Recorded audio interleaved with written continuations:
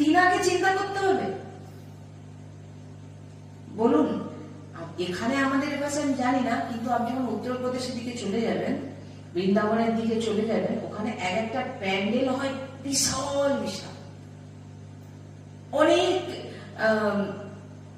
যে বাদ্যযন্ত্র, অনেক কিছু থাকে, অনেক অনেক টাকার ব্যাপার থাকে ওখানে, বিভিন্ন রকম সাজানো, সবার পেট ভর্তি হচ্ছে।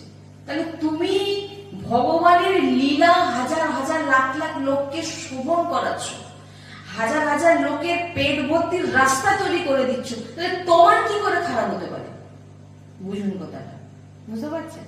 তাহলে তোমার খারাপ কি করে হতে পারে? তোমাকে চাইতে হবে না, ভগবান তোমার ঝুলি এমনি ভরে দেবে। তাই জন্যই বলছি, তুমি জানো যে তুমি যে নিজেকে মালিক মনে করছো, আমার পরিবার কি করে বাঁচবে?